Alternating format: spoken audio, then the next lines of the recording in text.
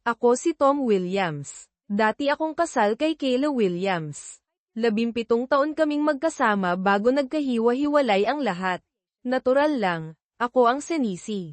Ang mga korte ng diborsyo sa bansang ito ay parang laging kumakampi sa babae. Ibinibigay sa kanya ang buong kustodiya para mailayo niya ang mga bata sa kanilang ama. Pakiramdam ko, ang mga batas sa diborsyo ay ginawa ng mga taong galit sa mga lalaki. Mayroon kaming 2 anak, isang 14 anyos na lalaki at isang 16 anyos na babae. Akala ko, maganda ang buhay namin. Mahal ko ang asawa ko, at naniniwala akong mahal niya rin ako.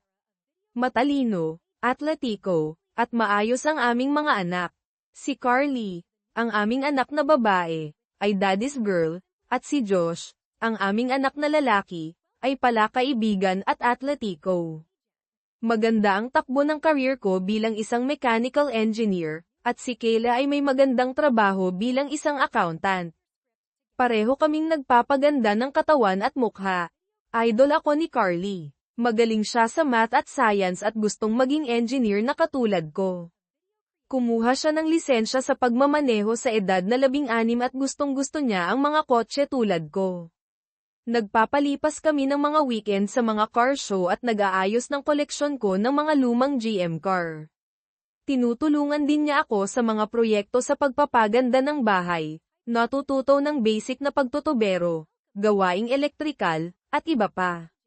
Habang lumalapit siya sa kanyang ina para sa mga isyu ng babae, lumalapit naman siya sa akin para sa lahat ng iba pa, takdang aralin, drama sa mga kaibigan, mga lalaki, at payo. Napakalapit namin sa isa't isa. Si Josh naman, sa kabilang banda, ay hindi interesado sa mga kotse. Mas interesado siya sa English literature at civics at pinag-uusapan ang pagiging abogado. Mas malapit siya sa kanyang ina nitong mga nakaraang araw. Si Kayla ay parang medyo wala sa sarili, malayo at natutulala. Tinanong ko kung okay lang ang lahat, pero binaliwala niya ito. Isang gabi ng Biyernes, umuwi ako sa karaniwan kong oras, 6 p.m. Nandito na si Kayla, pero walang amoy ng hapunan, at hindi ako sinalubong ni Carly. Akala ko, kasama niya at ni Josh ang mga kaibigan nila. Umakyat ako sa itaas para magpalit ng damit at nakita kong inilatag ni Kayla ang isang maliit na itim na bestida, sexing underwear, stockings, at 6-inch na takong. Mukhang lalabas kami, pero hindi niya sinabi sa akin. Nasa banyo pa si Kayla at nagme-makeup nang pumasok ako.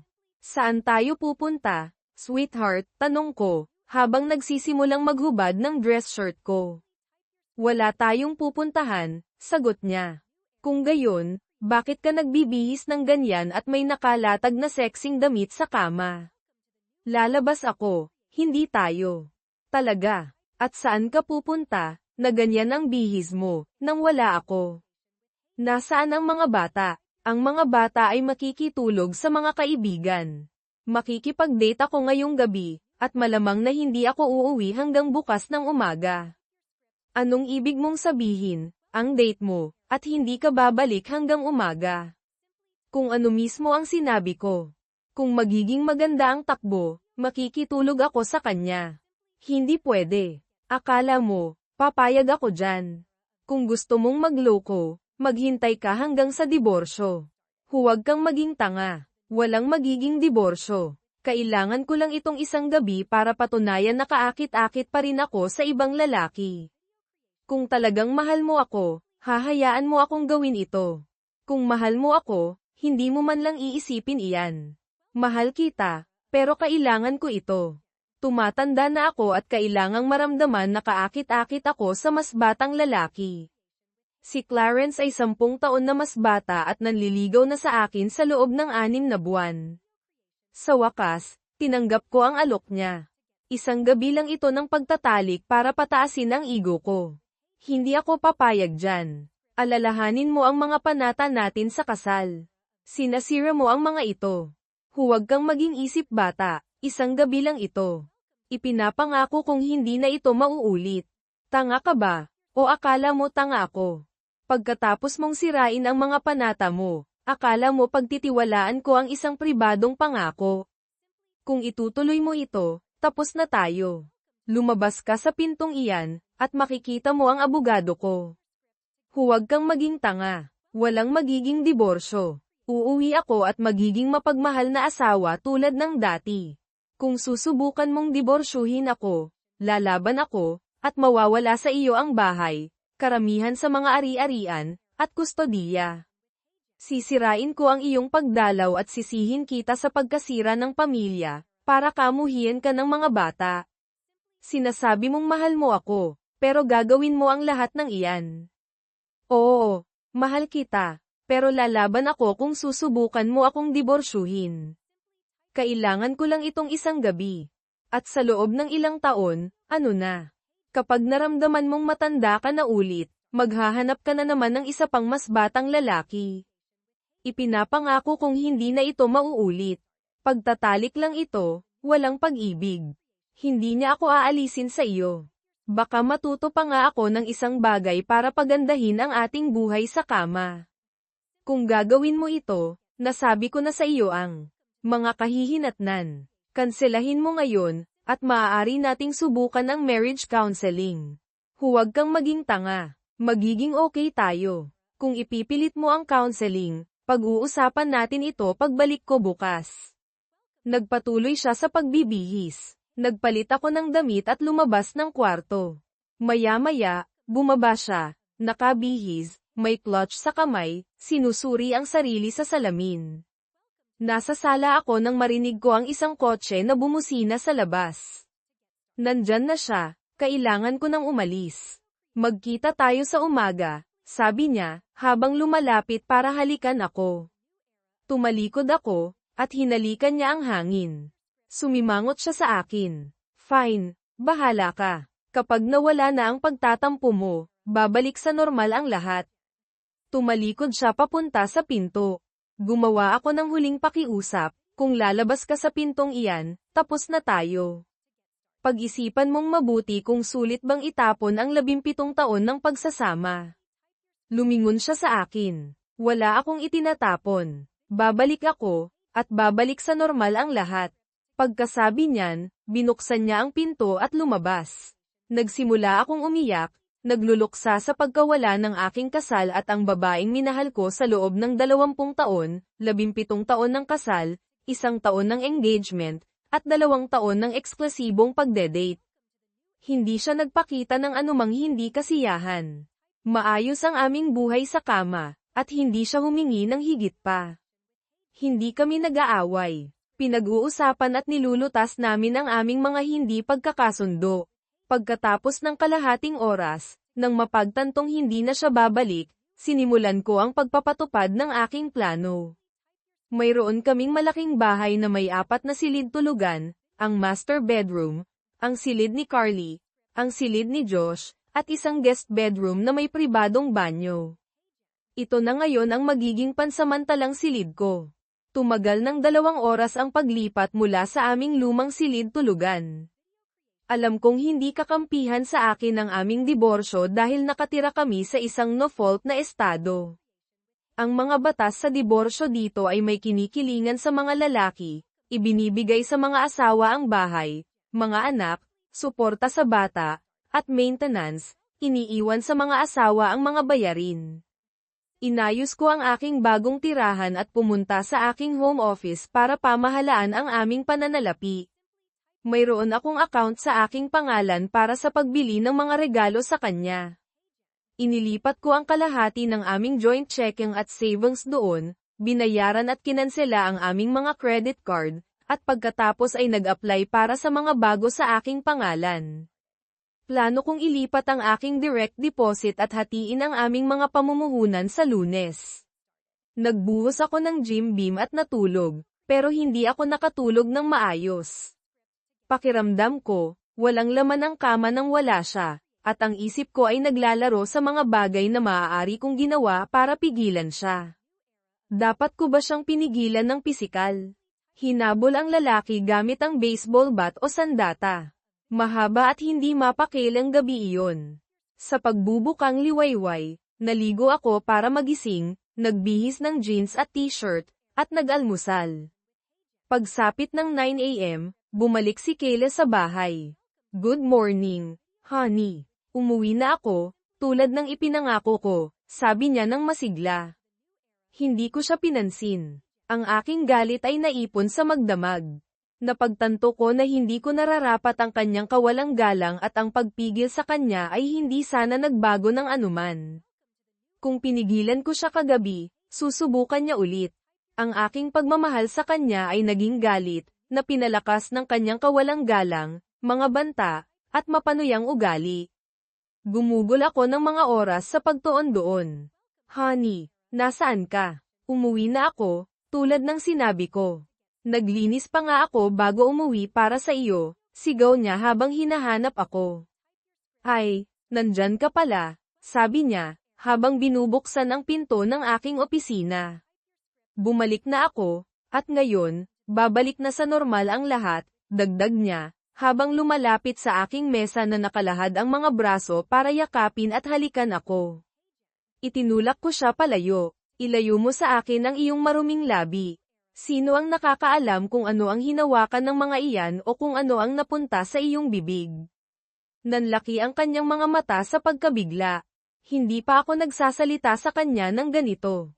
Bago pa siya makasagot, nagpatuloy ako, "Kailangan mong magpa-stone test at ipakita sa akin ang isang notarized na malinis na ulat bago mo ako hawakan ulit.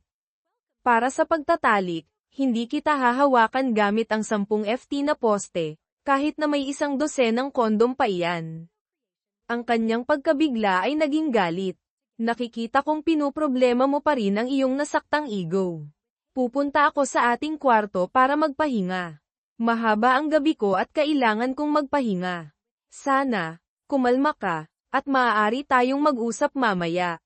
Inaasahan ko ang isang paghingi ng tawad para sa iyong pagiging bastos." Padabog siyang lumabas. Napangiti ako, habang inaasahan ang kanyang mabilis na pagbabalik. "Ano ang ginawa mo?" sigaw niya, habang padabog na bumabalik. "Nasaan ang iyong mga damit? Ang iyong mga gamit sa banyo? Ano sa tingin mo ang ginagawa mo? Anong ibig mong sabihin?" tanong ko ng kalmado. "Walang laman ang iyong closet. Walang laman ang iyong mga drawer. Ano ang ibig mong sabihin? Ang lahat ay nasa kung saan ito dapat. Ang aking mga damit ay nasa aking closet, ang aking mga gamit sa banyo ay nasa aking banyo. Wala sila doon. Kaka-check ko lang. Nagkakamali ka. Iniisip mo ang iyong silid-tulugan bilang ating silid-tulugan. Ang aking mga gamit ay nasa aking bagong silid-tulugan. Sa iyong silid-tulugan, ibig mong sabihin. Oo, lumipat ako mula sa iyong silid-tulugan. Mananatili ako sa aking bagong kwarto hanggang sa makahanap ako ng apartment." Sumingkit ang kanyang mga mata sa iritasyon. "Pag-uusapan natin ito mamaya. Bibigyan kita ng 1 linggo para malagpasan ang iyong pagtatampo. Pagkatapos, inaasahan kong ibabalik mo ang lahat, at babalik tayo sa normal." "Hindi hanggang sa mayroon akong notarized na ulat," sagot ko, habang bumabalik sa aking computer. Nanatili ako sa aking opisina halos buong araw. Ang mga bata ay umuwi ng maaga sa hapon. Nagtaka ako kung gaano katagal bago nila mapansin ang problema. Nakahanap ako ng ilang magagandang apartment at nag-schedule ng mga pagbisita para sa Martes. Inilimbag ko ang aming mga financial statement para sa aking appointment sa abogado sa Lunes. Alam kong ako ay masasangkalan sa diborsyo, pero gusto kong maging handa. "Daddy, handa na ang hapunan," sabi ni Carly, habang sumisilip sa pinto. "Okay, sweetie." Si Kayla ay nakangiti ng maliwanag nang pumasok ako sa kusina, malinaw na sinusubukang patahimikin ako gamit ang kabaitan. Nagbihis siya, nag-ayos ng kanyang buhok at make-up, at nagluto ng paborito kong pagkain. Pagpasok ko, inabutan niya ako ng 1 baso ng alak at yumuko para halikan ako. Lumayo ako, kinuha ang baso, naglakad papunta sa lababo, ibinuhos ito, at inilagay ang baso sa counter. Pagkatapos, nagbuhos ako ng 1 baso ng Jim Beam. Tiyak na napansin ito ng mga bata sa mesa. Umupo ako sa mesa at nakipag-usap sa mga bata, na hindi pinapansin ang aking asawa. Naging tensyonado ang hapunan. Sinubukan kong panatilihing buhay ang usapan sa mga bata, pero malinaw na may mga seryosong problema. Wala akong inilagay sa aking plato o kumain, sa kabila ng pagiging paborito ko ng mga pagkain. Sumipsip lang ako ng aking inumin at nakipag-usap sa mga bata. Dad, hindi ka ba kakain? Tanong ni Josh. Hindi. Hindi ako nagugutom, sagot ko. Pagkatapos ng pinakaka-awkward na hapunan kailanman, muli kong pinuno ang aking inumin at bumalik sa aking opisina nang hindi tumutulong sa pagliligpit ng mesa. Pagkatapos ng kalahating oras, isinara ko ang computer, kinuha ang aking mga susi ng truck, at umalis papunta sa isang tahimik na restaurant. Naghapunan ako, pagkatapos ay pumunta sa isang bar para uminom ng ilang inumin. Gabi na nang makauwi ako. Nang makita kong bukas ang ilaw ni Kayla, siniguro kong isara ang aking pinto ng malakas. Nilock ko ito at ipinagilid ang isang upuan sa ilalim ng knob. Sinubukan niyang buksan ang pinto at kumatok, pero hindi ko siya pinansin. Maaga akong nagising kinaumagahan at nagpas siyang magiging araw ng football. Mayroong 3 laro, at plano kong panoorin ang lahat ng ito, na hindi pinapansin ang mga gawaing bahay sa weekend. Halos natapos ko na ang isang pot ng kape at nagsimulang gumawa ng mga omelette. Natapos ko ang akin nang pumasok si Carly. Hey sweetie, gusto mo ng omelette? Tanong ko. Sige, Dad, salamat, sabi ni Carly. Kumuha siya ng kanyang juice at umupo sa mesa. Habang niluluto ko ang kanyang pagkain, makalipas ang ilang minuto, pumasok si Josh. Gagawa ako ng sa iyo sa susunod, sabi ko sa kanya habang kumakain si Carly. Narinig ko si Kayla sa hallway, kaya ibinuhos ko ang huling tasa ng kape para sa aking sarili at pinatay ang pot. Pumasok siya, kumuha ng isang tasa, at tiningnan ang walang lamang pot. Hindi ka ba maaaring mag-iwan ng isang tasa para sa akin? Tanong niya. Nandyan ang pot. Alam mo kung paano gumawa, sagot ko. Whatever. So, gumagawa ka ng mga omelette? Tanong niya. Nagawa na, katatapos ko lang. Huwag kang mag-atubiling gumawa ng isa para sa iyong sarili, sabi ko, habang inilalagay ang omelette ni Josh sa kanyang plato. Ginamit ko na ang huling sangkap at ibinalik ang lahat. Pagkatapos kong alagaan ang mga bata, lumabas ako ng kusina. Bago magtanghali, nasa sala ako at nanunood ng laro. Pumasok si Kayla na may dalang plato at isang bote ng beer. Dinalhan kita ng pananghalian at isang beer para hindi mo makaligtaan ang laro, sabi niya nang masigla. Nang hindi man lang tumitingin, tinangay ko ang pareho sa mesa gamit ang aking paa. Nabigla, tumayo siya doon habang pumupunta ako sa kusina at kumukuha ng aking sariling beer. Hindi ko nilinis ang kalat. Siya ang nagdala nito, siya ang maglilinis. Wala akong pakialam kung madumihan nito ang carpet. Hindi na ako titira doon ng matagal. Kailangan nating pag-usapan ito, Caleb, panimula ni Kayla. Tumahimik ka. Nanunood ako ng laro, sagot ko. Para sa Diyos, kailangan mong ayusin ang iyong ugali. Napansin na ito ng mga bata, sabi niya. Mapapansin nila kapag lumipat na ako, sabi ko. Hindi ka lilipat, at walang magiging diborsyo, giit niya habang padabog na umaalis. Maya-maya sa hapon, lumapit sa akin sina Carly at Josh sa panahon ng halftime. Dad, ano ang nangyayari sa inyo ni Mom? Tanong ni Carly. Maaaring malaman na ninyo, magdidiborsyo na ang iyong ina at ako. Hindi ito tungkol sa inyo. Mahal namin kayong pareho. Ito ay sa aming dalawa, paliwanag ko. Pero bakit? Tanong ni Josh. Dahil gumawa ang iyong ina ng isang bagay na hindi ko matanggap, kahit na pagkatapos kong sabihin sa kanya ang aking mga nararamdaman. Hindi siya nagsisisi, sabi ko. Ibig mong sabihin, ang date niya noong Biyernes ng gabi, tanong ni Carly. Alam ninyo ang tungkol doon. Nagulat ako. Oo, sinabi sa amin ni Mom na hindi ka masaya tungkol dito, sabi ni Carly. Kaya alam ninyong niloko niya ako, sabi ko. Hindi niya ginawa. Sinabi niya sa iyo ng una, kaya hindi ito panloloko. Hindi siya nagpalihim. Isang gabi lang ito sa loob ng 20 taon na kayo ay magkasama, sabi niya. Kung talagang mahal mo siya, hahayaan mo siyang magkaroon ng isang gabing iyon at magpatuloy, paliwanag ni Carly. Nabigla ako at nasaktan na hindi man lang sinusubukan ng aking anak na babae na maunawaan ang aking panig. Kumampi siya ng lubusan sa kanyang ina. Talaga, kung talagang mahal niya ako, hindi man lang niya iisipin ang makipagtalik sa ibang tao, sabi ko. Dad, isang beses lang iyon. Nangako siya na hindi na iyon mauulit, giit ni Carly. Pag-usapan natin ang tungkol sa mga pangako. Mahigit 17 taon na ang nakalilipas, gumawa siya ng isang panata sa harap ng Diyos, ang aming mga pamilya, at mga kaibigan na talikuran ang lahat hanggang sa katapusan ng buhay. Paano ako magtitiwala sa anumang pribadong pangako ngayon, tanong ko. Pero nangako ka rin na mananatili sa kanya sa hirap at ginhawa, sabi ni Josh. Totoo, pero ang paglabag niya sa kanyang panata ay nagpapalaya sa akin mula sa aking panata, sagot ko. Bakit sisirain ang pamilya dahil sa isang gabi, tanong ni Carly.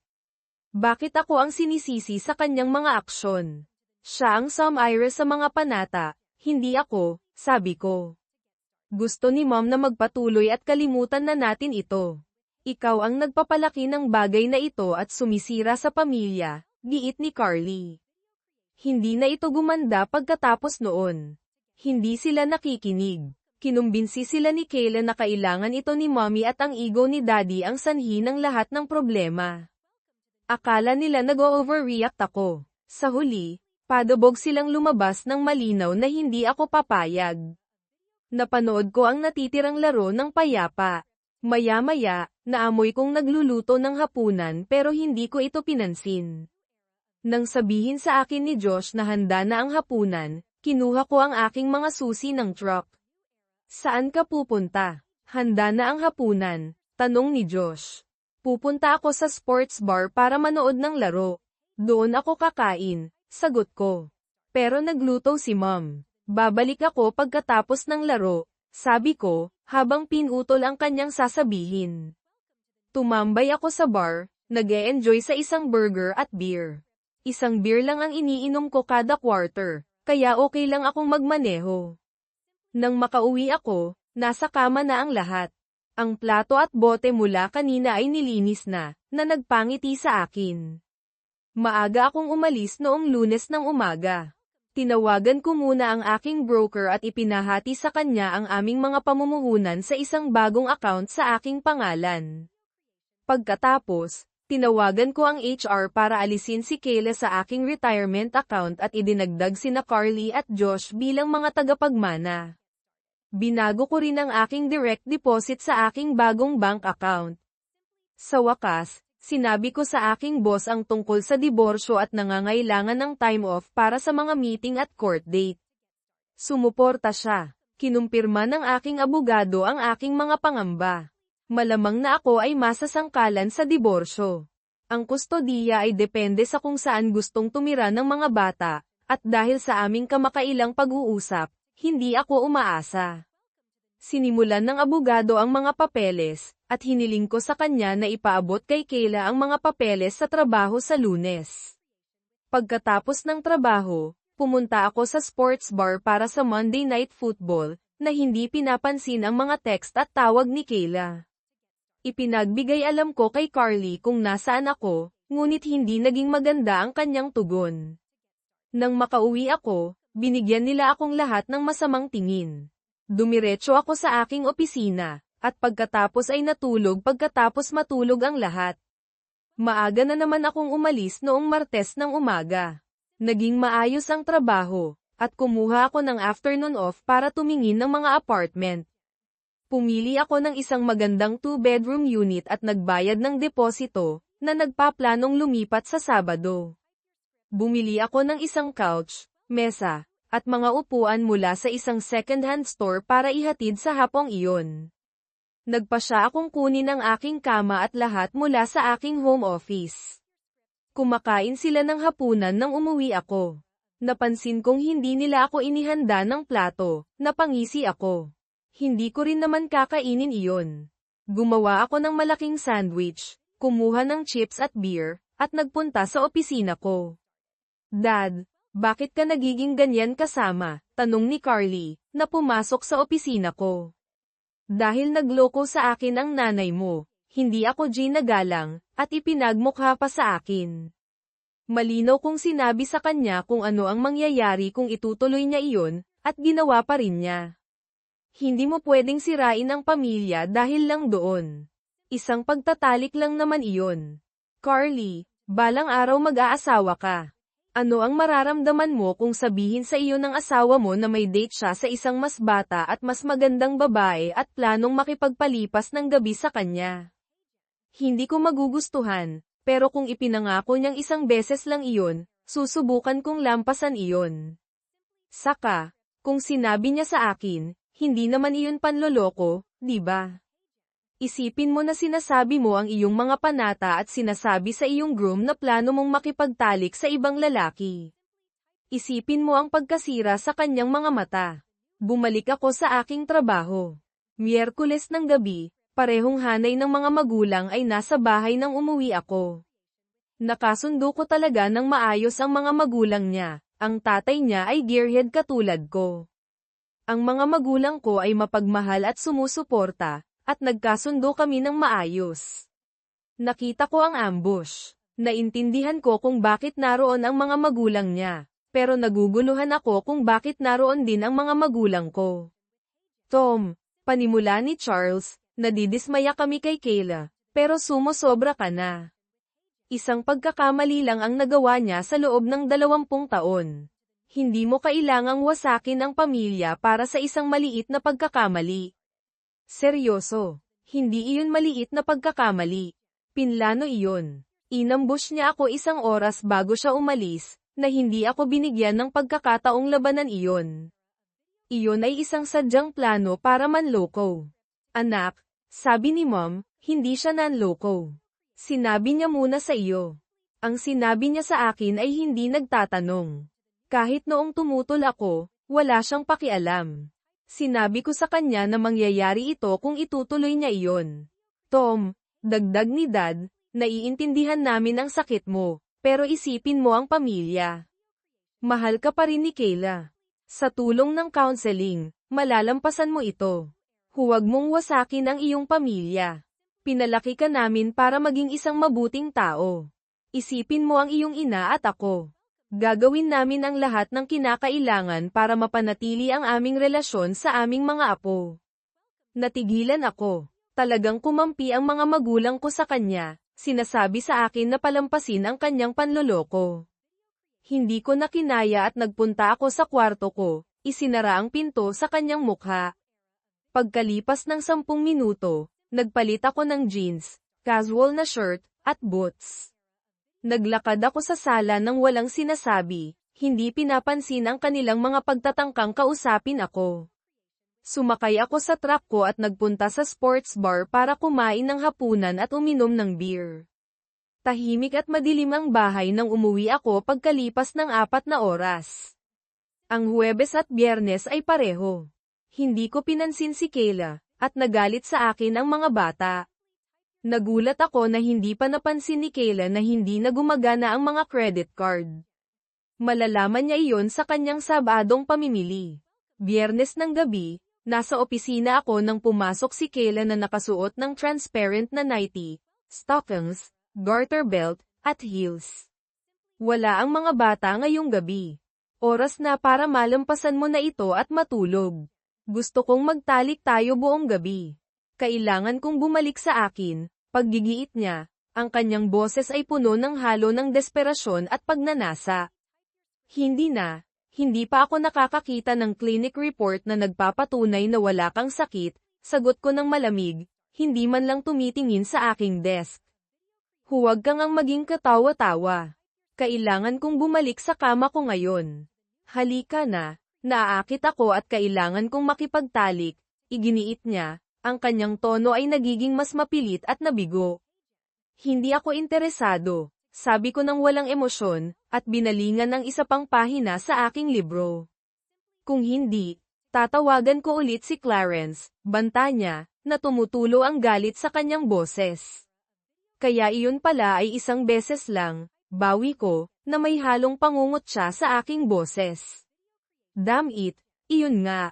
Pero kung patuloy mo akong tatanggihan, itinutulak mo ako pabalik sa ibang tao, bulyo niya, na sumisiklab ang kanyang pagkabigo.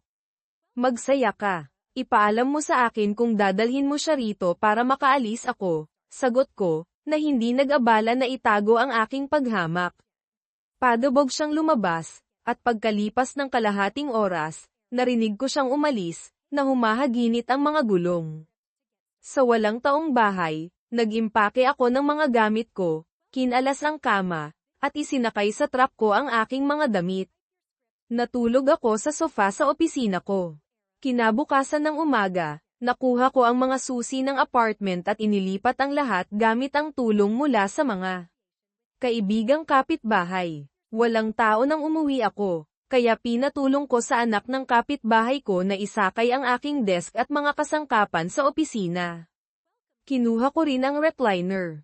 Kalaunan ng gabing iyon, tumawag ang anak kong babae.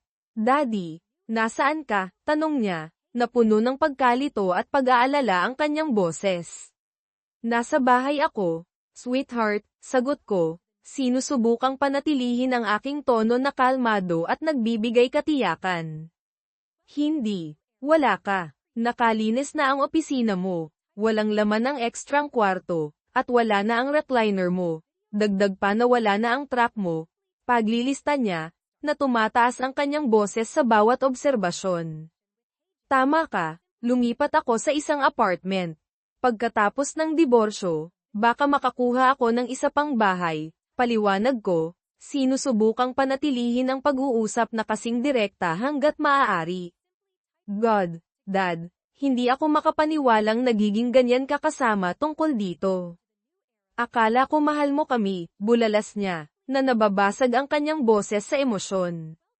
Mahal ko kayo, sweetie. Palagi kong mamahalin, tiniyak ko sa kanya, na nakadarama ng kirot ng pagkakasala, hindi lang sapat para manatili. Iniwan mo kami at sinisira mo ang pamilya, sabi niya, na nanginginig ang kanyang boses sa galit. Sinira ng nanay mo ang pamilya, sabi ko sa kanya. Mangyayari ito kung nagpunta siya sa date na iyon. Ginawa pa rin niya, paalala ko sa kanya, na gumagapang ang aking sariling pagkabigo sa aking boses.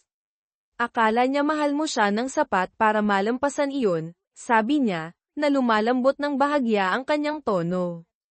At akala ko mahal niya ako ng sapat para hindi gawin iyon, bawi ko, na nararamdaman ang bigat ng sitwasyon na bumabagsak sa akin. Sige, kahit ano, binaba niya ang telepono, iniwan akong nag-iisa sa aking mga iniisip. Ang diborsyo ay isang bangungot. Nilabanan niya iyon, gusto niya ng counseling, at gusto niya akong magbayad. Tumanggi ako. Nagtalo ako na siya ang dapat magbayad para doon. Nanalo ako sa argumentong iyon. Hindi ako gusto ng counselor dahil sinabi ko sa kanya na inutusan akong dumalo pero hindi kailangang makilahok. Pagkatapos ng 12 sesyon, sumuko ang counselor. Nagtalo siya sa lahat ng bagay. Kahit na ang mga bagay na kinasusuklaman niya, tulad ng poster sa garahe at ang Bud Light lamp. Lahat iyon ay para gawing mas mahirap ang diborsyo para sa akin at upang makagambala sa aking oras sa mga bata. Iginawad ng hukom ang diborsyo. Kailangan kong bayaran ang kalahati ng mortgage, at napanatili niya ang bahay.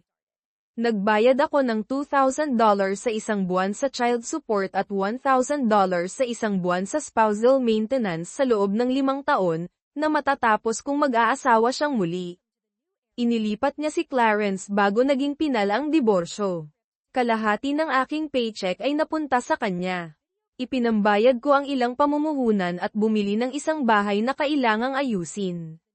Lumipat ako kasama ang aking mga kasangkapan at nagsimulang mag-ayos sa mga gabi at katapusan ng linggo. Ang pagdalaw ay isang sakuna. Ginawa itong mahirap ni Kayla, at abala o galit ang mga bata. Sa kalaunan, Sinabi nila sa akin na ayaw na nila akong makita. Ang pagpilit sa kanila ay magdudulot ng mas maraming sama ng loob. Nagpadala ako ng mga gift card at liham para sa mga kaarawan at Pasko, pero ibinalik ang mga iyon na hindi binubuksan. Ginastos ang aking mga tseke, pero hindi ko kailanman narinig ang isang salita. Ipinagbigay alam ko sa kanila ang tungkol sa kanilang mga pondo sa kolehiyo, at tumugon sila ng walang pasasalamat. Nilason ni Kayla ang aking mga anak laban sa akin. Tumutok ako sa trabaho at sa aking bahay, nagtitipid ng pera sa pamamagitan ng hindi paglabas. Isang araw, tinawagan ko ang aking ina. "Hey, Mom, kumusta ka?" "Well, kumusta ka?" sagot niya ng masaya. "Hindi ko pa naririnig ang tungkol sa Thanksgiving. Ikaw ba ang magho-host nito?" Pagkatapos ng isang paghinto, sinabi niya, "Oo, pero darating si Kayla, ang kanyang mga magulang, at ang mga bata. Dadalhin niya ang kanyang bagong lalaki. Akala namin ay magiging masyadong awkward para sa iyo na naroon." "Seryoso, Mom. Pinipili mo ang aking ex-wife at ang kanyang boyfriend sa akin. Gusto naming mapanatili ang aming relasyon sa mga apo namin. Ito ay kasalanan mo. Dapat ay pinanatili mo ang iyong pamilya." "Paano ang Christmas Eve? Pupunta kami sa kay Kayla sa Christmas Day." "Kalimutan mo na. Wala ka ng anak," sabi ko, at tinapos ang tawag. Ginugol ko ang Christmas Eve na nanunood ng Die Hard, na hindi pinapansin ang mga tawag at text mula sa aking ina. Ibinalik ang mga package na ipinadala ko sa aking mga anak. Pagkalipas ng 5 taon, nakatanggap ako ng anunsyo sa kasal. Pinakasalan ni Kayla si Clarence noong katapusan ng linggo pagkatapos ng aking huling maintenance payment. Sa pagiging 18 ni Josh 1 taon na mas maaga, natapos din ang aking child support. Ipinagdiwang ko sa pamamagitan ng paglalasing. Nagtrabaho ako ng husto at minahal ko sila, para lang tanggihan. Ngayon, malaya sa aking mga obligasyon. Nagpasya akong magpatuloy at kalimutan sila hanggat maaari. Isang bagay ang bumabagabag sa akin, kailangan ko pa ring bayaran ang kalahati ng mortgage. Natapos iyon nang makapagtapos si Josh, pero nakapangalan pa rin ako sa deed. Akala ni Kayla na sa kanya ang bahay, pero pinahintulutan lang siya ng kasunduan sa diborsyo na manirahan doon hanggang sa makatapos ang mga bata sa high school. May karapatan ako sa kalahati ng mga ari-arian, at ang bahay ay isang malaking ari-arian. Kinontak ko ang aking abogado. Noong nagdiborsyo kami, nagkakahalaga ang bahay ng $300,000, na may $200,000 na equity. Ngayon, nagkakahalaga ito ng mga $500,000, na may $450,000 na equity. Mayroon lang kaming $50,000 na natitira sa mortgage. Gusto ko ang pera, syempre, at magpapagalit iyon kay Kayla. Mahal niya ang bahay na iyon at kamumuhian niya na bigyan ako ng anumang bagay. Babayaran din ako nito para sa lahat ng maintenance at mortgage payments. Pagkaraan ng 1 linggo, tumawag si Kayla. "Tom, anong nangyayari? Nagtatrabaho lang at inaayos ang bahay ko. Nagulat akong marinig mula sa iyo. A-hole ka. Bakit may realtor na pumunta sa bahay ko para sa isang listang contract? Dahil pareho tayong nakapangalan sa titulo, kailangan niya ang iyong pirma para sa pagbebenta." "Hindi ako magbebenta. Mahal ko ang bahay na ito. Kung gayon, kailan ko aasahan ang aking tseke para sa kalahati ng equity? Nakuha ko ang bahay sa diborsyo." "Hindi. Nakatira ka doon hanggang sa makapagtapos si Josh. Ngayon, ibebenta natin ito at hahatiin ang mga nalikom, o bibilhin mo ang aking kalahati. Hindi kita bibigyan ng $100,000 para sa isang bahay na akin dapat. Mabuti na lang at hindi ako humihingi ng $100,000, ang equity ay $450,000 na ngayon. Ang aking kalahati ay $225,000, sa mamahaling kasangkapan, ay round off natin ito sa $250,000. Baliw ka. Hindi kita bibigyan ng kahit isang kasing, sigaw niya at ibinaba ang telepono. Tumawa ako. Pagkaraan ng ilang buwan, nagpa siya ang hukom sa aking pabor. Kailangan niyang bayaran ang court fees at ang aking abogado. Ang bahay ay tinansya ng higit pa sa tinansya ko, at napunta ako sa $275,000. Binili nila ako gamit ang karamihan sa pera ni Clarence, na babalik sa kanya sa kalaunan. Inayos ko ng maganda ang aking bahay, kasama ang isang shop. Bumili ako ng $1,972 Chevy pickup na nasa masamang kondisyon, interesado lang sa chassis. Hinuberan ko ito, nilinis, at pininturahan. Maganda ang rear differential, pero muli ko itong itinayo. Ang transmission ay isang Borg-Warner T10 manual 4-speed para masaya. Binuhos ko ang lahat sa makina, isang 427 big block. Nakakita ako ng isa online, ipinadala ito, at kinalas ito. Pagkatapos ng machine work, nag-install ako ng isang bagong forged crankshaft, 10:1 pistons, isang heavy cam, at paid at pinakintab na ulo na may dobleng springs. Nagdagdag ako ng blower, chrome valve covers, pinakintab na aluminyo, at steel braided hoses. Ang unang biyahe ay nakakabaliw. Binayo ko ito sa freeway, at agad na bumigay ang mga gulong sa likod.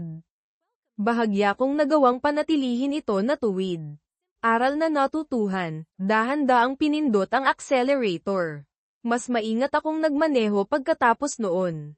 Pagkaraan ng ilang linggo, nakakita ako ng isang ad para sa isang pampublikong car show. Sa pag-iisip na magiging masaya ito, pumasok ako at binayaran ang bayad. Sa araw ng show, minaneho ko ang aking 2072 Chevy sa parke, nag-check-in, at inayos ang aking pwesto sa tabi ng $1,968 GTO. Napansin ko ang dalawang kaakit-akit na redheads, ang isa ay kasing edad ko at ang isa pa ay teenager, na nag-aayos sa likod ng GTO. Walang lalaki na kasama nila, at ang mas matanda ay walang singsing sa kanyang kaliwang kamay. Magandang umaga. Gusto ko ang GTO mo, sabi ko. Salamat. Gusto ko rin ang truck mo, sagot ng mas matanda. Ito ang aking unang show bilang isang kalahok. Ako si Tom. Ako si Marie, at ito ang aking anak na si Jenny. Nagawa na namin ito ng ilang beses. Inimbitahan ko sila na sumama sa akin sa lilim. Nagtambay kami halos buong araw, nakikipag-usap sa ibang mga mahilig sa kotse. Bagaman hindi ako nanalo ng anumang parangal, nagkaroon ako ng magandang panahon. Ibinahagi ni Marie na hiniwalayan niya ang kanyang asawa dahil sa panloloko.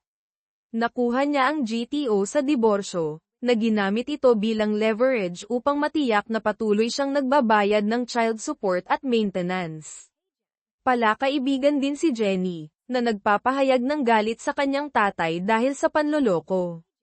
Nang matapos ang show, inimbitahan ko sila sa hapunan sa Red Lobster, at tinanggap nila. Sa hapunan, ibinahagi ko ang aking kwento. Nagulat sila na sinisisi ako ng aking mga anak para sa diborsyo pagkatapos naman loko ang aking ex, ikinalulungkot ko, Tom. Mukha kang isang mabait na tao at hindi mo iyon nararapat, sabi ni Marie. Nagpalitan kami ng mga numero at sumang-ayon na magkita muli.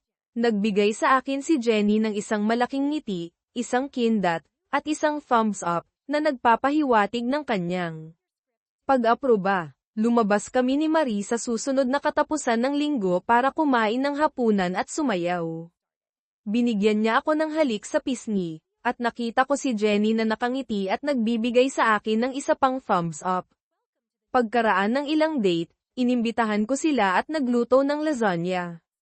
Nagustuhan nila ito at nasiyahan sa aking bahay, bagaman napansin ni Marie na kailangan ito ng paghawak ng isang babae. Sa susunod na katapusan ng linggo, inimbitahan nila ako sa kanilang apartment.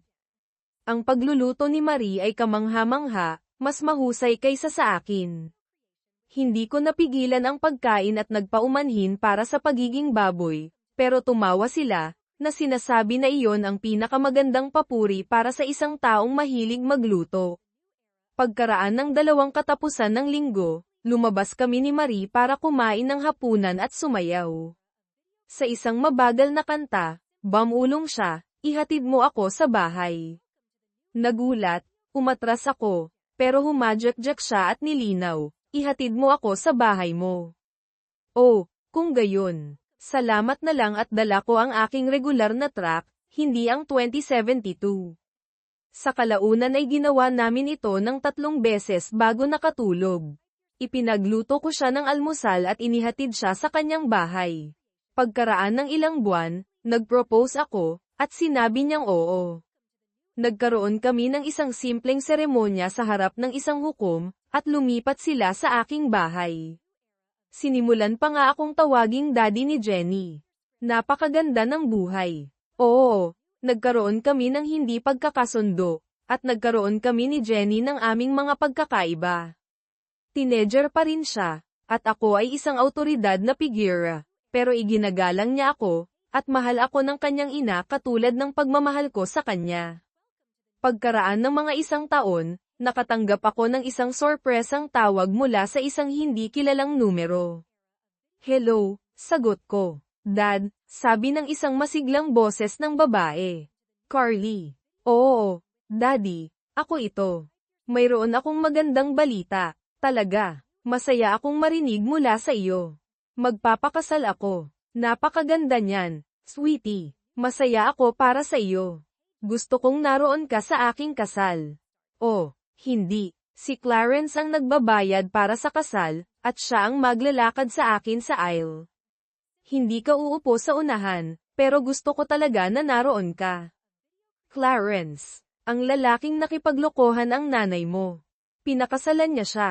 Tingnan mo, Dad, sinusubukan kong makipag-ugnay muli at gusto ko na naroon ka sa aking kasal. Kasalanan mo kung bakit sila nagkasama pagkatapos mong umalis. Iniisip mo pa rin na walang ginawang mali ang nanay mo. Hindi ko kayang suportahan ang kasal na ito. Malamang naman loloko ka rin tulad ng nanay mo. Dagdag pa, kinuha mo ang huling karangalan ng isang ama mula sa akin. Naging mababaw, makasariling bruha ka. Sige, huwag mong asahan na makikita ang iyong mga apo. Kung palalakihin mo sila tulad mo, ayaw ko. Tama si Mom, a-hole ka. Iyon ang huling narinig ko mula sa aking anak na babae. Nagpadala siya ng mga text at voicemail, pero binura ko ang mga iyon. Ang kanyang sanga ng oliba ay isang insulto. Ginawa niya ang kanyang pagpipilian 10 taon na ang nakalipas. Anumang pagkakataon ng isang relasyon sa kanya o kay Josh ay nawala. Masakit iyon, pero sinisisi nila ako para sa mga aksyon ng kanilang ina. Ibinaba ko ang aking telepono at nagpunta upang magtrabaho sa aking 1,963 Chevy pickup. Ang isang ito ay magiging hindi gaanong radikal kaysa sa 2072, na may isang bahagyang mas matatag na 350 engine. Hindi ko napansin na kinuha ni Jenny ang aking telepono o napagtanto na nasa bahay siya. Galit na galit ako sa aking tatay. Nakipag-ugnay ako, at kinausap niya ako ng ganoon. Kasalanan niya kung bakit nawasak ang aming pamilya. Inimbitahan ko siya sa aking kasal, at ibinalik niya ito sa aking mukha. Gusto ko na panag-utan niya ang ginawa niya sa aming pamilya. Tumunog ang aking telepono na may isang hindi kilalang numero. Hello, ito ba si Carly Williams? Tanong ng isang boses. Oo, may maitutulong ba ako? Sagot ko. Oo, mayroon. Tumigil ka sa pagtawag sa aking daddy at pagiging isang bruha. Siya ang pinakamahusay na lalaking kilala ko at hindi nararapat sa isang brat na tulad mo na nagpapaalala sa kanya ng iyong kahabag-habag na pamilya. Ikaw at ang iyong pamilya ay isang pag-aaksaya ng hangin. Sino ka ba? Tanong ko. Ang pangalan ko ay Jenny Williams. Ako ang iyong kapatid. Pinakasalan ng mom ko ang iyong tatay, at inampon niya ako. Mahal ko siya at hindi ko siya kailanman irerespeto. Ikaw ay isang insulto sa mga anak na babae sa lahat ng dako. Alam ko kung anong nangyari. Hindi ginagalang ng nanay mo ang kanyang asawa sa pamamagitan ng pagpunta sa isang date at pakikipagtalik sa ibang lalaki, at tila ayos lang sa iyo iyon. Nagloko sa aking nanay ang aking bayo tatay, at pinaalis niya siya ng walang pag-aalinlangan. Kung nanloko ang nanay ko, Tutulungan ko ang tatay ko na palayasin siya. Siya ang pinakadesenteng, mapagmahal na tao na kilala ko. Nagpapasalamat ako na naging sapat na handgal ang nanay mo para palayain siya. Maaari mong sabihin sa iyong mga lolo't lola na mayroon silang isa pang apo, pero ayaw ko ng isang relasyon sa mga taong tinatanggihan ang kanilang anak para sa isang nanlolokong nanay. Kapag sinabi mo ang iyong mga panata, isipin mo ang iyong asawa na nagloloko sa iyo. Tawagan mo ako kapag nangyari iyon para matawa ako. Magkaroon ka ng isang crappy na buhay, sis. Ibinaba niya ang telepono. Nakatingin ako sa telepono sa pagkabigla. Hindi ako makapaniwala na nagpakasal si Dad at hindi kami inimbitahan. Mayroon na akong isang nakababatang kapatid na babae na tumunog tulad ko bago kumbinsihin ni Mom si Josh at ako na sinisira ni Dad ang pamilya dahil sa isang maliit na issue. Akala ko ay mayroon siyang magandang dahilan. Isinasaalang-alang ko pa nga na tumira sa kanya, pero ipinaliwanag ni Mom na kailangan lang niya ang isang bagay na ito para pasiglahin ang sarili, at si Dad ang matigas ang ulo at umaalis. Napakawalang galang ni Jenny at walang pakialam sa aming panig. Tinawag niya akong mga pangalan nang hindi nakikilala ako.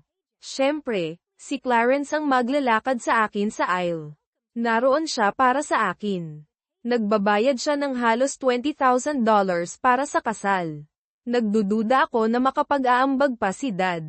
Naiinis pa rin ako nang dumating sina Mama at ang dalawang lola mula sa pamimili. Napansin ni Mama ang aking mood. Honey, anong problema? Tanong niya. Ikinwento ko kay Papa ang tungkol sa kasal at inimbita ko siya. Umasa ako na makakatulong ito na muling itayo ang aming relasyon. Napakaganda, sabi ni Lola Williams. Pupunta ba siya? Hindi na namin siya naririnig mula noong Thanksgiving, ilang taon na ang nakalipas. Bumantong hininga ako. Hindi. Nagalit siya nang sabihin ko sa kanya na si Clarence ang maghahatid sa akin sa altar at masyadong awkward para sa kanya na umupo kasama sina Mama at Clarence. Nako, sayang naman. Akala ko na pagtagumpayan na niya ang kanyang katigasan ng ulo sa ngayon. Hindi lang iyon. Nalaman kong mayroon akong stepsister. Ano, bulalas nila. Tumawag ang isang babaeng nagngangalang Jenny Williams pagkatapos ibaba ni Papa ang telepono. Mukhang pinakasalan ni Papa ang kanyang nanay at inampun siya. Napakabastos niya at sinabi niya na ang pinakamagandang bagay na gusto niyang ipagpasalamat sa nanay ko ay dahil sa pagiging tanga niya, o hindi sana siya nagkaroon ng isang napakahusay na tatay. Isinalaysay ko ang parehong mga tawag. Nagulat sila sa tindi ng galit mula kina Papa at Jenny. Nagpakasal si Tom, at hindi kami inimbita, bulong ni Lola Williams. Dumating na sa wakas ang araw ng aking kasal. Nagkaroon ako ng maikling sandali ng kalungkutan na hindi pupunta ang tatay ko, pero ipinagkibit balikat ko ito. Umabot ako, at tinanggihan niya ako. Ito ay isang masayang araw, at ikakasal ako sa lalaking mahal ko. Sumilay ng ngiti si Clarence habang kinukuha niya ang aking braso, at naglakad kami sa altar. Labis akong natuwa na makita ang lahat ng aking mga kaibigan at pamilya. Si Josh ay isa sa mga abay ni Bobby. Napuno ng luha ng kagalakan ang aking mga mata nang makita kong nakangiti sa akin si Bobby. Itinaas ni Clarence ang aking belo, hinalikan ako sa pisngi, at sinabi, "Congratulations, baby." Ibinigay niya ako kay Bobby, at nagsimula ang seremonya. Nang tanungin ng ministro, sino ang nagbibigay sa babaeng ikakasal na ito, at sinabi ni Clarence, ang kanyang ina at ako ang nagbibigay, may naramdaman akong kakaiba, pero hinayaan ko na lang. Habang nakatingin ako sa mga mata ni Bobby, inuulit ang aking mga panata, hindi ko masabi, talikuran ang lahat. Pumasok sa aking isipan ang mga imahe ni Bobby kasama ang ibang babae at ang pagmumukha niyang wasak nang umamin ako na nagloko ako. Nauunawaan ko na ngayon, nasambit ko, nakaramdam ng biglang paglilinaw na damaloy sa akin. Nag-alala si Bobby. Ano ang nauunawaan mo? Tanong niya, nakakunot ang kanyang noo dahil sa pag-aalala. Lahat-lahat, sagot ko ng may paninindigan. Pagkatapos ay naging seryoso ako. Bobby, Talagang mahal mo ba ako? Tanong ko, hinahanap ang katotohanan sa kanyang mga mata. Siyempre mahal kita. Bakit mo tinatanong? Tugon niya, punong-puno ng pagkalito at pag-aalala ang kanyang boses. Dahil hindi kita pwedeng pakasalan ngayon. Magpapakasal tayo, pero hindi ngayon. Kailangan kong itama ang mga bagay, paliwanag ko, bahagyang nanginginig ang aking boses. Baby, anong problema? Tanong niya, lumalalim ang kanyang pag-aalala. Mahal kita, at pakakasalan kita, pero kailangan muna nating ayusin ang mga bagay. I-reschedule natin ang kasal, sabi ko ng mariin, sinusubukang panatagin siya. Hindi mo ako iiwan sa altar, di ba? Tanong niya, may bahid ng takot ang kanyang boses. Hindi mangyayari. Sasama ka sa akin, sagot ko, hinahawakan ang kanyang kamay. Bumaling ako sa mga bisita. Paumanhin, pero hindi ko maitutuloy ito ngayon. I-reschedule natin. Samantala, mangyaring tangkilikin ang reception. Bayad na ang lahat. Si Clarence ang nagbayad. Anunsyo ko, umaalingaw ang aking boses sa karamihan. Hinawakan ko ang kamay ni Bobby at bumalik sa altar. Hinarang ng aking ina at ni Clarence ang aking paglabas. Si Clarence, galit tungkol sa nagastos na pera, nagtanong si Mama, Carly, anong ginagawa mo? Matalim ang kanyang boses dahil sa pagkalito. Itinatama ko ang isang pagkakamali na ginawa ko ilang taon na ang nakalipas, sagot ko, determinado. Anong pagkakamali? Ang pagkakamali na sinisi ko ang tatay ko sa diborsyo kung kasalanan mo dahil nagloko ka, sabi ko, matatag ang aking boses. Carly, ako ang nanay mo. Hindi ako isang babaeng bayaran, at igagalang mo ako, sabi niya, nagtatanggol at mahigpit ang kanyang tono. Talaga, Mama, kapag naging cheater ka na palagi, sagot ko, tumataas ang aking galit. Carly, paano mo ako nagawang bastyusin? Bulalas niya, nagulat sa aking paratang. Paano ko nagawang bastyusin? Nahihiya ako na hinangaan kita. Hanggang sa binibigkas ko ang aking mga panata kay Bobby na napagtanto ko kung gaano ka kasama. Kapag naging cheater ka na palagi. Habang nakatingin sa kanyang mga mata, naunawaan ko kung gaano katindi kung magloko siya sa akin at kung gaano ko siya masasaktan kung magloko ako. Magandang modelo si Papa, hindi ikaw, sabi ko, nababasag ang aking boses dahil sa emosyon. Anong ibig mong sabihin? Tanong ni Mama, may takot sa kanyang mga mata, halos pabulong ang kanyang boses. Ang ibig kong sabihin ay sinira mo ang ating pamilya sa iyong mga aksyon. Sinaktan mo si Papa, at sinaktan mo kami, at ngayon nakikita ko kung gaano ako mali na kumampi sa iyo. Paliwanag ko, punong-puno ng sakit ng pagkatanto ang aking boses. Hindi ko kailanman intensyon na saktan ang sinuman, bulong niya, napupuno ng luha ang kanyang mga mata. Pero nasaktan mo, at ngayon kailangan kong itama ang mga bagay. Sabi ko, malakas at matatag ang aking boses. Seryoso, Mama, sa tingin mo ba hindi ko alam ang tungkol sa mga workouts mo kasama si Jim Davis sa kanyang apartment? O kung paano si Carlos, ang pool boy, ay naglalaan ng dagdag na oras dahil nakikipagtalik ka sa kanya? O ang landscape crew na nakikipagtalik ka pagkatapos ng yard work? Mayroon akong mga video niyan. At huwag nating kalimutan ang backroom heads na binibigay mo kay Mario, ang iyong hairstylist. Kahit papaano hindi kailangang mag-alala si Clarence tungkol sa panloloko mo sa iyong boss. Oh, at si Alan Morris, ang ating kapitbahay na bumibisita kapag girls' night out ang kanyang asawa. Lumipat-lipat ang kanyang mga mata kay Clarence, na mukhang labis na nagulat. Bumaling ako sa kanya. Clarence, ipinapanata ko ng may parehong dedikasyon na mayroon ang nanay ko sa kanyang mga panata na babayaran kita para sa kasal na ito. Huwag kang umasa na makakatanggap ka ng kahit isang sentimo. Hinayla ko si Bobby sa altar, huminto upang makipag-usap sa videographer, na nakunan ang lahat ng nangyari sa kamera. Binigyan niya ako ng kopya, at pumirma ako ng release form para sa YouTube. Nagmadali kami ni Bobby sa parking lot, sumakay sa kanyang kotse, at humarurot palabas. Saan tayo pupunta? Tanong niya. Pakanluran sa 156. Ilalagay ko ang address sa Waze, sagot ko, natagpuan ang address ng mabilis. Halos 2 oras ang layo, at umaasa ako na nasa bahay si Papa. Hindi kami huminto upang magpalit. Nasa isang misyon ako at ayokong mag-aksaya ng oras. Hindi araw-araw na bubuksan mo ang iyong pinto upang makita ang isang babaeng ikakasal at lalaking ikakasal na nakatayo sa iyong beranda. Hindi ako isang ministro, at hindi ako nakatira sa isang simbahan, kaya medyo nakakagulat ito. Mas nakakagulat pa ang makilala ang isa sa kanila bilang aking anak na babae, si Carly, na nilinaw na hindi na niya ako gustong makita muli. Alam ko na ngayon ang araw ng kanyang kasal, kaya dapat ay nasa simbahan siya, sa reception, o sa kanyang honeymoon. Daddy, pwede ba kitang makausap sandali? Tanong niya ng malumanay. Tulala pa rin, pinapasok ko sila at itinuro ang sala, kung saan nakaupo sina Marie at Jenny, parehong mukhang nagulat. Carly, ito ang aking asawa, si Marie, at ang aming anak na babae, si Jenny. Jenny, Marie, ito si Carly. Hindi ko alam kung sino ang lalaking kasama niya.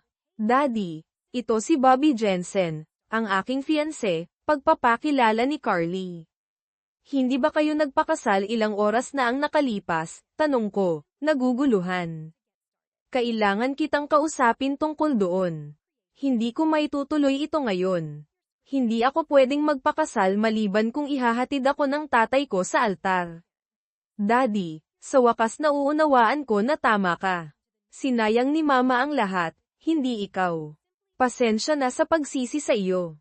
Hindi mo nararapat ang alinman doon. Umaasa ako na mapapatawad mo ako at papasukin muli ako sa iyong buhay. Gusto ko talagang pakasalan si Bobby, pero hindi ko magagawa maliban kung pumayag kang ihahatid ako sa altar. Hindi ko ito inaasahan. Masaya ako na gusto niya akong bumalik sa kanyang buhay pero interesado sa eksena. Carly, may nangyari ba sa kasal? Nakasuot ka pa rin ng iyong damit pangkasal, at si Bobby ay nakasuot ng kanyang tops. Nasa kalagitnaan na kami ng seremonya nang magkaroon ako ng epiphany, sabi niya, inaabot sa akin ang isang CD. Dapat mong panoorin ito habang nagpapalit kami ni Bobby sa mga ordinaryong damit. Ipinakita ni Marie kay Carly ang isang silid tulugan upang magpalit. Itinakda ko ang video player sa sala. Nang handa na sina Carly at Bobby, pinanood namin ang video. Nagsimula ito bilang isang tipikal na kasal, ngunit nadapa si Carly sa kanyang mga panata. Nagawa niya. Hindi ako makapaniwala, bulong ni Jenny. Pinahinto ni Carly ang kasal at hinarap ang kanyang nanay, na nagbubunyag ng higit pa sa kanyang pagtataksil. Nagulat ako. Ipinaliwanag ni Carly, hindi ko maitutuloy ito. Napagtanto ko kung gaano masasaktan si Bobby kung gagawin ko sa kanya ang ginawa ni Mama sa iyo. Sa wakas naunawaan ko kung ano ang ibig sabihin ng pagtalikod sa lahat. Dinishonor ka ni Mama, at dinidishonor kita sa pamamagitan ng pagpapakasal nang wala ka. Walang kabuluhan ang mga panata kung wala ang pinakamapagkakatiwalaang tao na kilala ko. Kapag pinakasalan ko si Bobby, kailangan ikaw ang maghahatid sa akin sa altar, hindi sina Mama at Clarence. Huminto si Carly at ngumiti kay Jenny. Bukod doon, kailangan ko ang aking kapatid na babae bilang bridesmaid. Ginaisang ako ng iyong mga salita. Paano ako magpapakasal nang hindi ka nakatayo doon para sa akin? Marami itong dapat ay proseso. Nag-usap kami ng maraming oras. Hindi ko alam na kinuha ni Jenny ang numero ni Carly mula sa aking telepono at tinawagan siya. Nang gumabi na, pinatulog ko sila sa silid tulugan ng mga bisita. Hindi pinansin ni Carly ang mga tawag mula kina Clarence at Kayla ngunit sinagot ang mga tawag mula sa mga kaibigan. Sinamantala ng ilang bisita ang kanyang alok na magparty sa pera ni Clarence. Sinubukan niyang kanselahin, pero huli na, kaya napunta siya sa pag-inom sa isang sulok. Nagpadala si Josh kay Carly ng isang video ng kanilang nanay na sinusubukang makipag-usap kay Clarence, na nagtapos sa pagsigaw niya, "Cheating strumpet." Parang tapos na ang relasyong iyon. Nagawa rin ni Josh na kanselahin ang flight at resort reservations ngunit natigil sa 20% cancellation fee. Dahil nakapagbakasyon na sina Carly at Bobby para sa kanilang honeymoon, nanatili sila sa amin sa loob ng 1 linggo. Muli akong nakipag-ugnayan kay Carly at nakilala si Bobby, na naging isang mahusay na lalaki na may matibay na moral. Mahirap sa simula dahil sa mga kasinungalingan na sinabi sa kanya ng aking ex at mga anak, pero uminit siya sa akin pagkatapos malaman ang katotohanan at makita ang aking workshop. Nagtakda kami ng bagong petsa ng kasal para sa parehong venue 1 taon pagkatapos, sa pagkakataong ito, ako ang maghahatid kay Carly sa altar. Kasama sina Marie at Jenny sa pagpaplano. In-update ni na Carly at Bobby ang lahat sa wedding party maliban kina Kayla at Clarence. Sa loob ng ilang buwan, itinayo namin muli ni Carly ang aming relasyon, at mas nakilala ko si Bobby. Dumalo kami sa mga car show ng magkasama, ipinasok ang GTO ni Marie, ang aking E72 truck, ang Challenger ni Bobby, at ang 1974 Firebird ni Jenny. Madalas kaming binibisita ni na Carly at Bobby, at kahit si Josh ay nagpakita ng ilang beses, kahit na mas mahirap sa kanya dahil mas malapit siya sa kanyang ina. Samantala, hindi naging maayos ang mga bagay para kina Kayla at Clarence. Lumipat si Clarence at nagsampa ng diborsyo sa ilalim ng hindi na maayos na mga pagkakaiba upang maiwasan ang away at ang malupit na parusa ng prenup.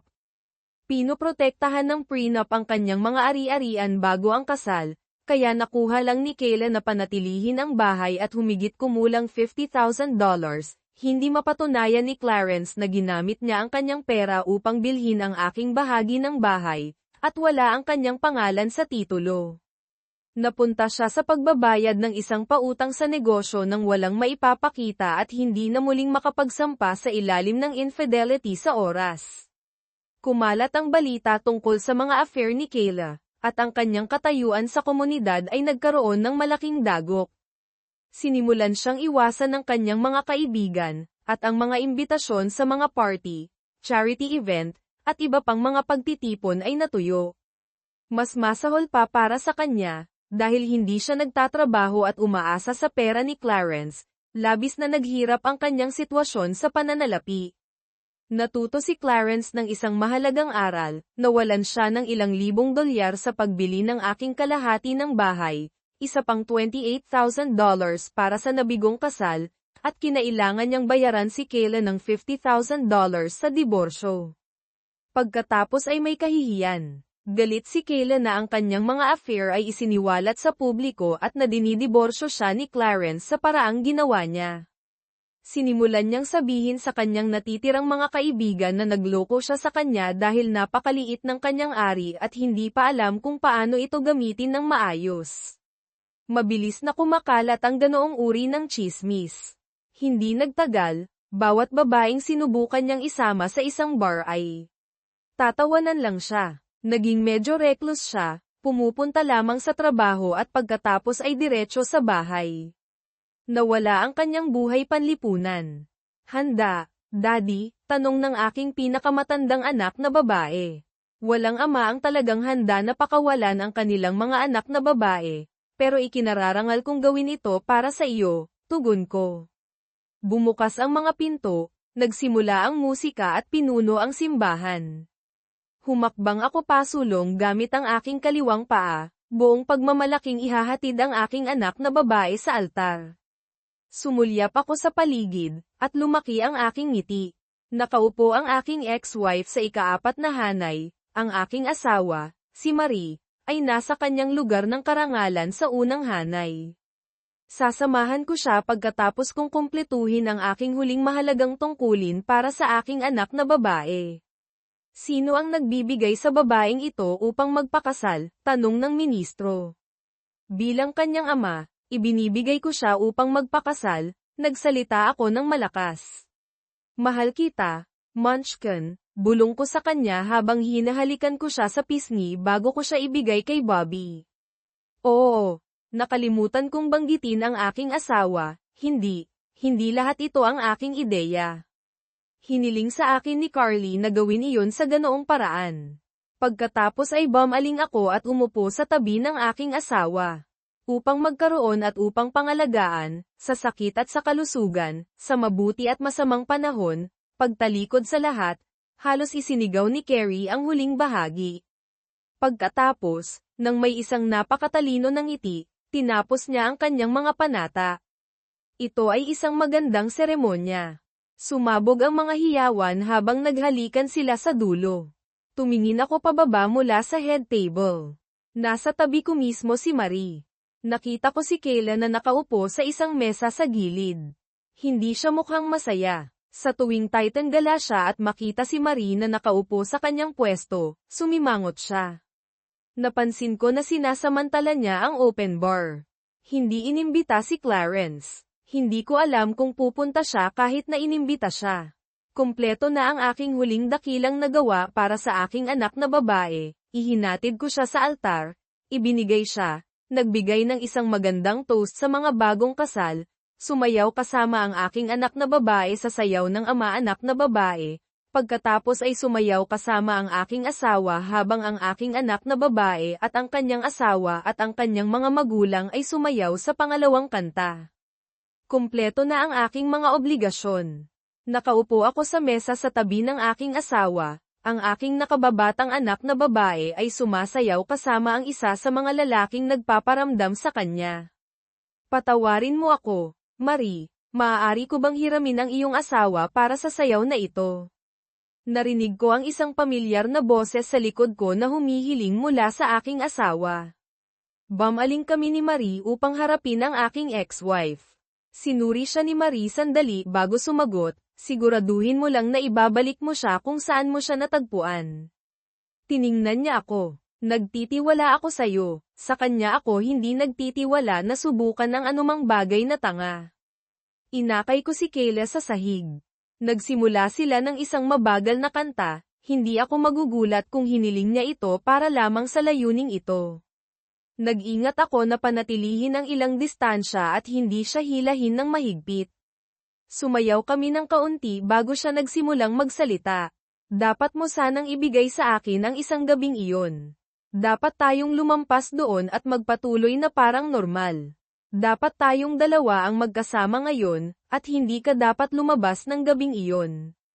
Dapat mas kilala mo ako kaysa isipin na magiging okay ako sa panloloko mo sa akin, gaano man kadalas mo itong gawin. Hindi ako nanloko. Sinabi ko sa iyo ang tungkol dito bago ko ito ginawa. Hindi ako nagtago sa likod mo. Kung sinabi mo sa akin o hindi ay hindi nauugnay, ang katotohanan na nakipagtalik ka sa ibang tao ay panloloko. Bukod, hindi kita binigyan ng pahintulot. Sinabi ko sa iyong huwag itong gawin, ngunit ginawa mo pa rin. Hindi ko kailanman gusto ito. Gusto ko lang ang isang gabing iyon. Pagkatapos ay maaari tayong magkasama magpakailanman. Alam mong ikaw lamang ang lalaking minahal ko. Wala akong pagmamahal para sa kanya maliban sa pag-ibig na hindi pa rin gaanong kabuti. Makasarili siya, at hindi pa siya kasing laki mo. Kung gayon bakit mo siya pinakasalan? Dahil diniborsyo mo ako. Oo naman, hindi ko siya mahal, pero gusto ko siya. Pagkatapos mong umalis, ayokong mapag-isa. Akala ko baka umusbong ako na mahalin siya, ngunit hindi ko siya malilimutan. Ginawa ko ang lahat ng iyon sa iyo dahil galit ako na iniwan mo ako. Mahal pa rin kita, ngunit hindi mo man lang ako kakausapin pagkatapos ng gabing iyon. Napagtanto ko na ikaw ang lahat ng kailangan ko, at hindi na ako makikipag-date sa ibang lalaki, kaya bakit ka nagloko sa kanya noon? Dahil napakasama niya sa kama. Akala ko kaya ko siyang sanayin, ngunit tumanggi siyang tumanggap ng anumang payo. Isisingit niya lang ito, magpapamewang ng ilang minuto. Tatapusin, pagkatapos ay gamulong at makatulog. Nang hindi ko na ito makayanan, nakakita ako ng ilang iba pang mga lalaki na talagang makakapagbigay kasiyahan sa akin. Wala akong ideya na alam ni Carly ang anumang bagay tungkol dito. Kahit na ginawa ko, hindi ko sana hinulaan na ipagkakanulo niya ako tulad nito. Ikinalulungkot ko para sa iyo. Nagkaroon kami ng isang mahusay na kasal, ngunit itinapon mo ito para sa isang gabi ng mediocre na pag-ibig. Hindi ko inaakala na may pagkakataon pa, hindi ko maiwasang tumawa. Hindi lamang hindi, ngunit impyerno hindi. Una sa lahat, kahit na hindi ako kasal ngayon, ang ginawa mo sa pag-akay sa aking mga anak laban sa akin ay nag-aalis ng anumang pagkakataon na magkasama kaming muli. Ngayon ay kasal na akong muli sa isang babaeng mahal ko, at mayroon akong isa pang anak na babae na mahal ko rin. Ang pinakamahusay na maaari kong alok ay ang pagiging sibil kapag tayo ay nasa parehong lugar at sa mga kaganapan kasama ang ating mga anak at apo. Sa kabutihang palad, natapos ang kanta pagkatapos nito. Hindi ko na siya kinausap muli ng gabing iyon. Hindi niya kayang bayaran ang mga pagbabayad sa mortgage sa bahay, kaya napunta siya sa pagbebenta nito at lumipat sa isang maliit na apartment. Nakakuha siya ng sapat na pera sa bahay upang mabuhay kung siya ay maingat. Lumabas siya kasama ang kanyang mga kaibigan paminsan-minsan, ngunit sa pagkakaalam ko, hindi na siya nagkaroon ng isa pang relasyon. Napunta rin si Clarence sa pamumuhay ng mag-isa. Nagkaroon ng mahaba at mapagmahal na pagsasama sina Carly at Bobby. Nagkaroon sila ng 3 anak, 2 lalaki at 1 babae. Sa huli ay pinakasalan din ni Josh ang isang matamis na babae. Nagkaroon sila ng 2 anak na babae. Sa pagkakaalam ko, wala sa kanila ang nanloko sa isa't isa. Ang ilan ay naniniwala na dapat akong naghiganti kay Kayla at Clarence. Ang katotohanan ay, walang magagawa ko upang saktan sila nang hindi ako nakukulong o nagkakamali ito sa akin. Nagpasya akong sumulong at mabuhay ang aking buhay hanggat makakaya ko. Mayroong isang kasabihan, ang pinakamahusay na paghihiganti ay ang isang buhay na nabubuhay ng maayos. Ginawa ko iyon at hinayaan si Karma na hawakan ang natitira. Ang Karma ay isang baka, at ang kanyang pangalan sa sayaw ay Vengeance. Hindi nasunog sina Clarence at Kayla, ngunit hindi sila nakatakas ng walang gallows. Hindi. Wala akong kinalaman dito, ngunit maganda pa rin ang pakiramdam ko tungkol sa aking sarili. Mayroon akong aking asawa, ang aking anak na babae, at ang aking 2 iba pang mga anak na bumalik sa aking buhay. Napapaligiran ako ng mga taong nagmamahal sa akin. Mayroon akong magandang buhay. Handa, Daddy, tanong ng aking anak na babae. Walang ama ang talagang handa na pakawalan ang kanilang mga anak na babae. Pero ikinararangal kong gawin ito para sa iyo, tugon ko. Bumukas ang mga pinto, nagsimula ang musika, at pinuno ang simbahan. Humakbang ako pasulong gamit ang aking kaliwang paa, buong pagmamalaking ihahatid ang aking anak na babae sa altar. Ang aking asawa ay nasa kanyang lugar ng karangalan sa unang hanay, nakangiti ng malapad. Sasamahan ko siya pagkatapos kong asikasuhin ang aking huling mahalagang tungkulin para sa aking anak na babae. Huwag kang mag-alala, Daddy. Itutuloy ko ito ngayon. Kinausap ko si Carly, at ginagawa ko ito ng tama sa unang pagkakataon, tiniyak sa akin ni Jenny.